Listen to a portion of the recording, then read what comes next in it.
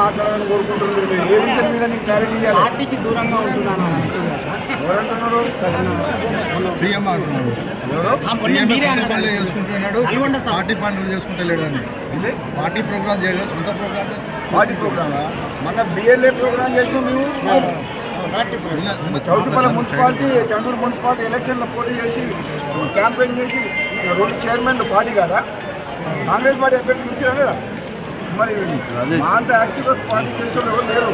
పార్టీకి ఎక్కడ దూరం ఉన్నా పార్టీకి 100% పార్టీ బలోపేతం కోసం ప్రయత్నం చేస్తున్నా. రాబోయే రోజుల్లో కూడా మళ్ళా కాంగ్రెస్ పార్టీ అధికారంలోకి రావాలంటే ఏం చేయాలి, కాంగ్రెస్ పార్టీ ఇచ్చిన హామీలను ఎంతవరకు నెరవేర్చము, రాబోయే రోజుల్లో ఇంకా ఏం చేయాలి, ప్రజల మనసును తెలుసుకుంటాం. ప్రజలు కష్టాల్లో ఉన్న ప్రజలకు మనం ఏం పని చేయాలి, వాళ్ళు ఏం ఆశిస్తారు గవర్నమెంట్ అనే దాని మీదే ఆలోచన చేసి ఇంకా వచ్చే ఎన్నికల్లో కూడా కాంగ్రెస్ పార్టీ అధికారంలోకి వచ్చే ప్రయత్నం చేస్తాం తప్ప ఎక్కడ కూడా పార్టీ విషయంలో కూడా రాజీ పడం. పార్టీ విషయంలో పక్క పనిచేస్తాం. ముఖ్యంగా కాంగ్రెస్ పార్టీ కార్యకర్తలను కూడా కాపాడుకుంటాం. అందుకనే చెప్పిన మొన్న కూడా కాంగ్రెస్ పార్టీ కార్యకర్తలకు మొదటి నుంచి కాంగ్రెస్ పార్టీలో ఉన్న వాళ్ళకి అన్యాయం జరగద్దు అనేది నా విమర్శనాలు.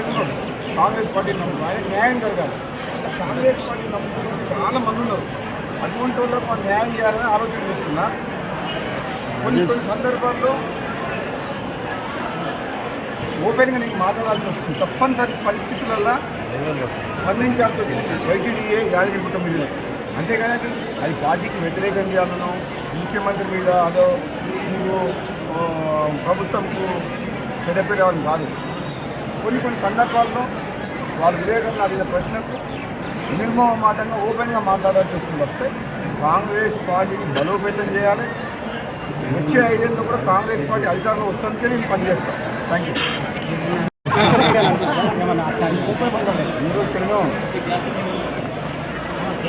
నేను రాహుల్ గాంధీ కలిసి వచ్చిన తర్వాత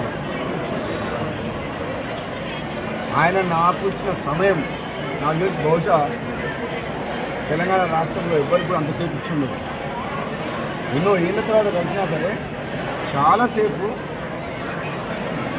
పార్టీ గురించి కానీ, ప్రభుత్వ పనితీరు కానీ, కుటుంబం గురించి, నేపథ్యం గురించి కానీ కూడా అడిగి రాబోయే రోజుల్లో ఏ విధంగా చేస్తే బాగుంటుందని చెప్పి నన్ను సలహాలు కూడా అడిగింది.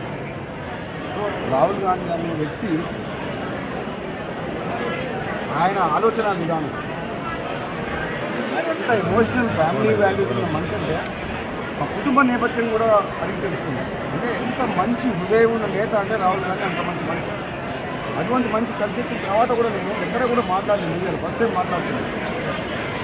నాకు ఎంతో మోటివేట్ అయినా ఆయన నాయకత్వంలో ఆయన మాట్లాడే మాటలు వింటుంటే నిజంగా ఇంత మంచి మనిషి, ఇంత మానవత్వం ఉన్న మనిషి రాహుల్ గాంధీ ఎక్కడ పొరపాటు జరుగుతుంది, రాహుల్ గాంధీ ప్రధానమంత్రి కావాలి, దేశానికి అవసరమైన సేవలు అని అనిపించింది. నిజంగా అంత మంచి మనిషి రాహుల్ గాంధీ. అటువంటి నాయకుడిని ప్రధానమంత్రి చేసేందుకు తెలంగాణ రాష్ట్ర కాంగ్రెస్ పార్టీ నాయకులు, కార్యకర్తలు ఈసారి వచ్చే ఎన్నికల్లో కష్టపడి పనిచేయాలి. దేశంలో రాహుల్ గాంధీ ప్రధానమంత్రిగా చూడాలి. మనం అందరం కలిసి అదే లక్ష్యంగా పనిచేస్తాను. వస్తే నాకు ఏ పదవులు ఇచ్చినా లేదు రాహుల్ గాంధీ గారి నాయకత్వంలో పనిచేస్తాను. Subscribe us and press the bell icon for more interesting updates.